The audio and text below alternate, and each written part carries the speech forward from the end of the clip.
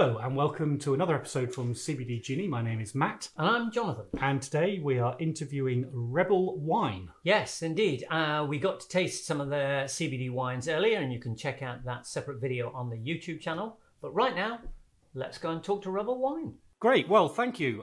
As introduced, we have Amanda and Rupert from Rebel Wine. So, hi guys, how are you?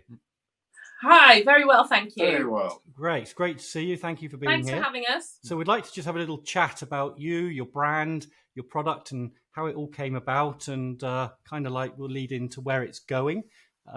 So we'll go straight in, shall we? Yeah. Yeah. I mean, I think we're always interested to know in terms of how business has started up, how long it's been going for, leading up to sort of where you are now. So if you could give us a little bit of a potted history of things leading up to where you are now, that'd be great.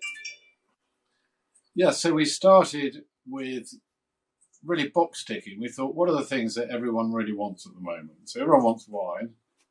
Everyone wants easy to drink wine. Yeah. So we thought cans. CBD's fab. We've all taken lots of CBD and it's been really good for us. So we thought we'd put the CBD in the wine as well. And then we combine three really good qualities in one little can, easy for everybody. And on top of that, CBD itself tastes horrible, which everybody knows who takes it in drops. So therefore, if you put it in wine, you get all the benefits of the CBD in a really nice tasting drink, not a bitter, earthy, horrible, leafy oil, which you get with normal CBD. And so when did the whole sort of thing sort of start, really, for you? Really, 2017 was when we began. Right. And then was playing around, experimenting, testing different. The problem with CBD is it makes everything cloudy, and cloudy wine generally is not popular. Mm-hmm. People don't like cloudy wine for some reason. So therefore, we had to find a water-soluble powder, because it usually comes in an oil. Yeah.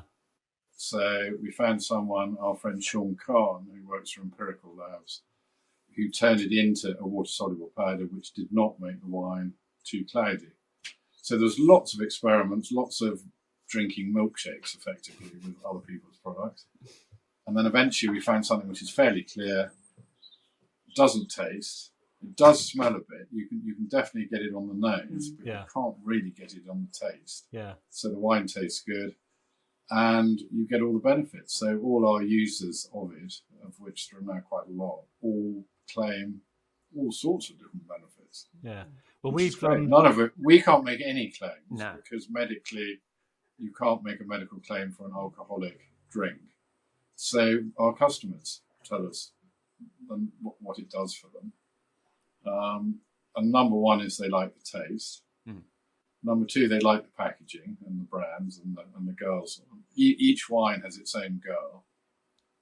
Which is very important for us. So they're kind of brand ambassadors for us. And different people get different benefits, whether it's... The main one seems to be insomnia, isn't it? Definitely.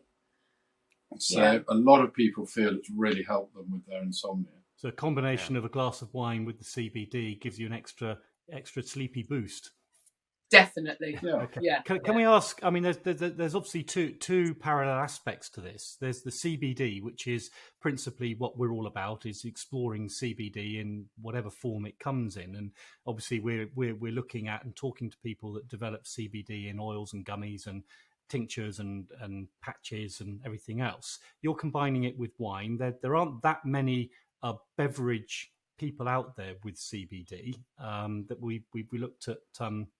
Canna Brew, and we're looking at Trip at some point, and there's you sitting there with wine. But what's the history of the wine? Where have you sourced the wine to start with? Does it come from a particular vineyard, particular country? Yes, it does. So traditionally, we're a wine merchant, right? So there is another company called Southern Wines, which is a straightforward importer of wines, and we import wine from all around the world. Our number one vineyard we import is a vineyard called Vondeling, which is from South Africa. And we've been with them since the very first day. So they actually, under their new ownership, started, their first vintage was 2004, and they had two wines. So we started importing those in 2005. They now have 15 different wines of all shapes and sizes, and they're mostly award-winning wines. So the key to wine is what we call provenance. So if it's an estate wine, the grapes are grown on the estate and the wine is made on the estate by the employed people who work on the estate. It's not a bulk wine that's just bought from who knows where. So we know exactly, we can take you right back to the grape it came from on the vine, on the farm, and take you through the whole process. So they're proper wines. Okay, so all of your CBD wines come from that one estate?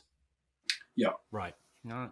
And what's fun for us is we sell the same wine without CBD. Oh, right. Okay. Right. So at the moment, we've got a Rosé, a Merlot, and a Sauvignon Blanc, so red, white, and Rosé. And we have the same wines, the Vondeling Sauvignon Blanc, the Vondeling Rosé, and the Vondeling Merlot, for sale in bottle and in can. Right, yeah. So Curious, you can compare putting the it in two. a can.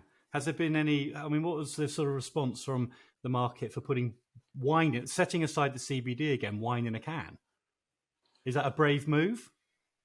Yes, the problem with wine in a can is there's quite a lot of it around. If you go to supermarkets, you'll see plenty, but it tends to be very cheap and not necessarily very good. And let's be honest, the smarter wine drinkers among us, or who they think are smarter, are very, very dismissive of wine in a can. You know, it has to be in a bottle, preferably with a cork and all of that. But if you're sitting on a train, you're on a beach, you're in the park, wine in a can is perfect. Yeah. Right. So it is a growing industry. More and more people are getting into it. There are better and better quality wines going into can. Prices are now, you can buy a can of wine for as much as 10, 12 quid now, which is a lot. Yeah. I think it would be £2.50 a can. Yeah.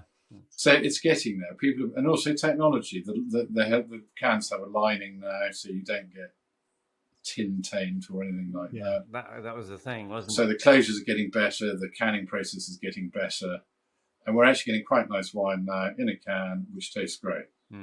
So it'll come. It's slow. Yeah. But innovation in the world of wine is very slow.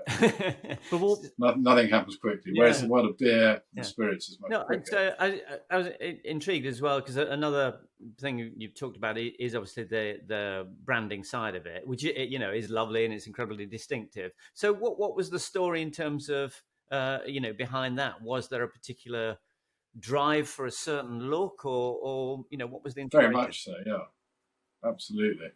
So that was based on an artist called Alberto Vargas, who his sort of type of art was known as pin-up art. Yeah. And everyone thinks it's all pornographic and everything. This all started in the 30s. So it was a lot of classical, very, very distinctive pictures of famous people. So Marilyn Monroe, Jane Russell, Margaret Taylor, those were all the people he painted. And a lot of his paintings were cover pictures of Playboy in the 50s or Vanity Fair, those sort of things. And it's just a style of art I particularly like. Right. And for this particular product, we liked it because a lot of the people buying this are women. Right. And the big argument is, would a woman buy a picture of a woman? And the answer is, and Amanda can tell you a bit more in a minute, but the answer is, if it's smart and stylish and classical and beautiful, right, they'd probably far rather buy a picture of a woman than a bloke. Yeah. And so it works very well. And we took a lot of advice from women who are particularly involved in branding. And they said, absolutely, it is an aspirational look and go for it. And we found a very nice lady called Fiona Stevenson, who is a modern pin-up artist based up in Barnsley. And she painted each individual picture for us. Wow. But in the Vargas style. Yeah. Are the images actually of a particular person, or was that just from imagination? Imagination, but for example, on the Spritzes, we said we wanted them as a summer drink. So we wanted summer clothes, big hats, which is what she did. And the rest of them we very much left up to her. We quite wanted a brunette, a blonde, Well, with the red what gardens you and said there tracks. I mean, my wife and daughters, both, all three of them, they looked at the branding that you've got there and were blown away by it. They loved it. They thought it Yeah, was they're very attractive. They draw you in, and I don't think it matters. I mean, there has been maybe you should have a male. It wouldn't work. If you had a male in the same style, it just wouldn't work on these wines. No, it wouldn't. It's got to be. It's a very distinctive look. And I would say, if I was going down the off license, for argument's sake, and I was looking for the wine to take on a picnic, it wouldn't put me off. No, if anything, actually, I'd probably be drawn to it. I exactly. think it's great fun. They are great fun. Yeah. They are, and I think that's the whole element of the wine and the CBD. It's all about having a lot of fun. Yeah, I mean, I'm probably more likely to buy it because it's got a woman on it than a bloke. So yes. Yeah, exactly. So I mean, there is history here. I mean, if you look at Tennant's Lager going back into the 70s, you've had all the girls, which were photographs, and there was a girl on every can of lager. Yeah, right. And actually, if you look it up, if you go into Google and look at Tennant's Lager, some of those girls became quite famous. Yeah. And their stories have been told ever since. And anyone who drank cans of beer in those days remembers it. Yeah. That's quite. So there is a bit of precedence. Yeah, that's good. Yeah. So Matt, I think briefly mentioned it in terms of sales channels and things like that. So at the moment, how are you getting it out to the market? I mean, obviously you've got the online side of things, but what other channels are you using? It's a very sort of artisanal type of product. Right. So it's very we have to spend a lot of time talking to people about CBD. As you're aware, it's a very educational topic. Yeah. So we do quite a lot of brand activations. We head off to trade shows where we talk to buyers. A lot of the buyers, we're farm shop and deli shows, so that's all small artisanal farm shops, delicatessens. That is where you find the customer that is prepared to have a look and maybe try something a little bit different, and the buyers are looking for something a little bit different. We've got a couple of places. We've got a brewery, haven't we, that have got the Rebel wine in their own shops or garden centres. So that's garden centres. We've got a lady, funnily enough, in a similar area. She's heavily into CBD herself. So when we first met her, she was, she has her own bakery store. She said, I want the Rebel in, and it's going very well. So it's a smaller store. It's a very personal sell in a way. When we go off to an event, so we're doing Carfest this year, Carfest South, we spend quite a lot of time educating people about CBD and then talking about the wine and then putting the two together.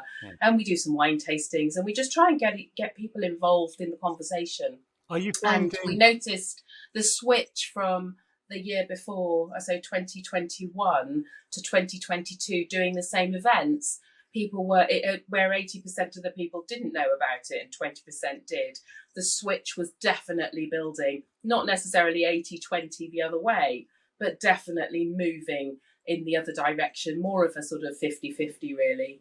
And this year we're heading back again, and hopefully we'll get somewhere nearer an 80% of people having heard of CBD and 20% still needing to understand. But there's still quite a lot of, a few myths out there that stop people from necessarily taking CBD at the moment. That was going to be my question about how have you seen the change in awareness of CBD, because you're obviously, from what you're saying, you're obviously very customer facing. You're actually speaking to customers eyeball to eyeball. And in an environment where you're potentially talking to people that have sort of wandered up without having any preconceptual knowledge about who or what you are, and they're faced with CBD. So you are finding more and more people are, I've heard of that, I've tried it, I know what that is. Absolutely. And you're tracking that year by year as yes, improving. As awareness of CBD and all the conversations around it are reaching the press, and there's you've got famous faces now, brand advocates. You've got Claudia Winkleman, who most people are aware of anyway. There's quite a lot of sports people. Lord Botham, he's talking about it now. So you're starting to get people from different pockets of life who are suddenly seeing these celebrities in other places, and they're thinking, actually, I trust that person, so I'm going to read a little bit more about that. So an interesting thing is, you've got different strengths here in the cans. You've got spritzers and you've got regular wines. So you've got different strengths. You've got the CBD in there. Can you talk to us a bit about how you see the concoctions working for people in the future? Well, in terms of the benefits of the drink at the moment, now. The drinks. Yeah, benefits now are, the wine benefits are, it's social benefits, let's say. So it's all about having fun and having a nice time and having a nice drink. So the wine benefits we're all familiar with, which are social, nice, tastes good, all the rest of it, relaxing. The CBD benefits are, again, very small because there's only 10 milligrams in each can. So it's not going to blow your mind out. It just, in some way, enhances the relaxing side of the wine. Definitely. However, because it goes into your endocannabinoid system. Okay, I'll throw that one in. Yeah. So if you're going to be technical, the entry into the body is different to the wine, where the wine goes through. The wine goes generally through your liver and into your bloodstream that way. I think it's called the endocrine. It's the endocannabinoid system. So the CBD is ingested and goes into the endocannabinoid system, that's what makes it very natural. So as the CBD is a natural product, the endocannabinoid system is a natural system, and the two marry together. So the CBD sort of gets siphoned off into that area, and it's more about the relaxing properties in the wine. Probably the CBD, the effect of the CBD and the wine together on me personally is that one can is for me the effect of 2 glasses of wine, because the relaxing effect of the wine and the relaxing effect of the CBD marry together, and I feel very relaxed after the one can. So you've actually got more specific. You've got an extra health benefit here, haven't you? Sorry. You've got an extra health benefit here in the fact that you're actually helping to reduce the nation's wine drinking consumption. So you're saving livers by adding a little bit of CBD if you only need to drink one glass rather than 2. Exactly. There is definitely that benefit. And we do have customers who buy one can a day every month. Right. So we know, particularly the red, it's very popular for a nice evening drink to relax you. Don't know why the red is so popular, except that it's my personal favourite and I tell everyone. So we often sell out of the red. But it's one can a day, and it's like the 2 glasses of wine. So if you're drinking Monday to Friday when it's a bit naughty to have a glass of wine, the CBD and the wine is, it's a winner. No, and it's actually, and that's, I think, a useful bit where the can comes into its own to a certain extent, isn't it? So it's not like feeling like opening a bottle and then you're thinking, oh well, I don't want it to. I'll have to drink oxidize or whatever. I'll drink it. But a can is, like you say, is a predefined thing. Exactly. It? Exactly. And one can is a large glass of wine. Yeah. So you can measure your points and your units in wine, and top up your daily allowance. So if you layer your CBD, that's 10 in there, and a gummy at 11s, and you need a complementary gummy. You need to work out which gummies complement the wine. So. Absolutely, and that's a whole new show. Yes, yeah, definitely. So if we could just really look now or chat about in terms of where you see things going, what the next 12 months looks for you like in terms of the sort of things you're going to be doing, or maybe sort of products that you'd like to look at in the future. Yeah, well, the feedback we're getting from a lot of, certainly our age group, is they want the wines to remain exactly as they are, same alcohol, same everything, because that's why they're buying them. Yeah. On the sort of more popular social media, general media side, there is a drive in this country to lower the alcohol in everything. So Vondeling are developing a wine at the moment, which will be a low alcohol wine. It'll be a 5% wine. Oh, wow. And they're just trialing that at the moment. Their first production will be this year. So the aim is to have a reduced alcohol wine, not a spritzer, so it'll be a normal wine, but 5% instead of 12. So that's a benefit. In the future, 0 alcohol is definitely a target. Mm-hmm. The problem with all these things is we're not a medical business, we're a fun business. Mm. We're selling happiness. So, you could have a zero alcohol wine with lots of CBD, which might be very good for you, but it'll taste horrible. That's the problem. Yeah. We're into good taste. Yeah. And Yeah. as technology improves, we're going to be seeing better and better zero alcohol wines. At the moment, there are none. And you're better off just going and buying a bit of grape juice. I mean, they taste horrible. Yeah. But sooner or later, we will get wines that taste nice, zero alcohol, and then we'll put CBD in those. Long term, subject to government rules and everything, we'll be able to get full strength marijuana in there. and that's the ultimate. That would certainly make for an interesting drink. It would, and that already happens in California, but we're a long way from that here. I think you're right there. We're a long way from that happening. Unless there's some sort of maybe not in our lifetime. But or maybe there needs to be a massive shift in thinking, but probably a while off before we see that. But it's certainly interesting on like you say, the reduced alcohol and zero alcohol, and you can see the sort of the progress that's been made in the beer sector, isn't it? I mean, in terms of getting actually a really good flavorful drink out of that. Yeah, and they've achieved that now, yeah, I think. Yeah, but like you said, my partner is tried various alcohol-free wines, and they are such a compromise. It's like, is it worth it really? And not at the moment, not for me. No. Yeah, and it's an endless thing, and of course, our market is the CBD world really more than the wine world at the moment. Yeah. But as everything gets bigger and better known, then it'll become more and more of the wine world. And at that point, we'll certainly look at doing specific wines, say, for example, a Rioja, right, or a Malbec, or something like that. I mean, there's also sparkling wine options, so we could do a Prosecco or a Cremant or something with CBD. And at the moment, obviously, the Spritz is a sparkling, but I mean that's not a sparkling wine as such. Yeah. So there's lots of options, depending on which channel grows the quickest. Yeah. That's really what it's all about. Yeah. Does it? And ultimately, we'd love to do English wine as well. Yeah. Well, that or would be English good. sparkling. Yeah. So do you? Just had a thought about the strengths here with the amount of CBD. You've got 10 milligrams of CBD in a can. What happens to the flavour of the drink generally if you were to double that to 20 milligrams, or does it not have any impact? Why the 10 milligrams? From what we've seen, it's had no impact at all. Okay. I mean, from our experimenting, it doesn't make any difference because it's a tiny amount of powder. It's very, very small per can. In terms of cost, it has a big impact because the CBD costs a lot more than the wine. Yeah. So the more CBD you put in there, the higher the cost for the customer. Yeah. And I mean, CBD drinks, I'm just trying to think what Trip is. Trip is more than us. I think they may have 20 milligrams in theirs. Right.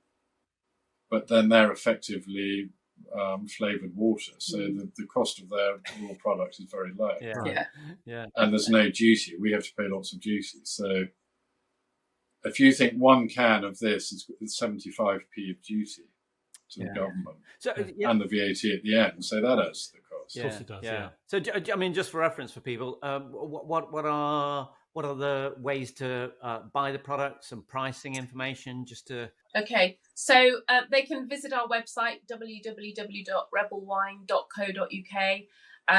They can buy all of our products on there. We have our tubes as well, which you can see behind us here.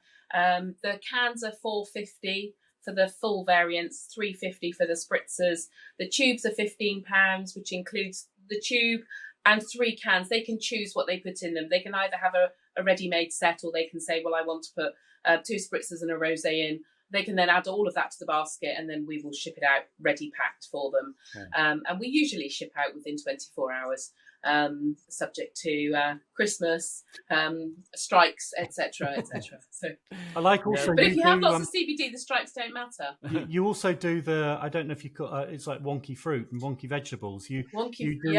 You do the damaged cans as well at a discount. Is that right? We tend to use those for samples. Oh, okay. For ourselves on a Friday mostly. Is that Canterbury that does that? Oh, right. Okay. Wonky cans. That's a good idea. Maybe we should have a wonky can live. A wonky can. Yeah. Wonky. Maybe we should actually. Yeah, That's a maybe we great should do idea. wonky cans. Yeah. Yeah. I hadn't thought of that. Cans with a twist. Yeah. Yeah. Superb. Okay, you'll get the There's bill a in the whole new post for that one. marketing thing. Yeah. Great. Get Okay. the credit. So well, that's great and really good to chat. So we'll wrap things up there. But it's great to hear about what's going on and potential future, and presumably you're very optimistic about how the rest of the year is going to look for you. Oh, of course. Yeah, always. definitely. Yeah, we've got lots more. As the start of the year has rolled on, we've got more trade facing, more public facing events coming up, and people can visit us at Rebel Wine UK on Instagram and on Facebook. Right. And should we give them a discount code as well? CBD. How about CBD Genie 10? If they put that in at checkout, they'll get 10% off of any purchase. Well, that's fantastic. So CBD Genie 10, right. And I'll go and build that now. So if we can, that sounds good, and we'll make sure that's in the description of the video as well. Thank you very much. Okay. Thank you, and thanks for inviting us along. No, pleasure to have you. Superb, and I'm sure we'll catch up again in the future. I hope so. Maybe at the CBD show. Who knows? We'll be there. Definitely. Lovely. Look forward to it. Okay. See you then. See you then. Thanks very much. Okay. Bye. Bye. Thank you. Bye-bye.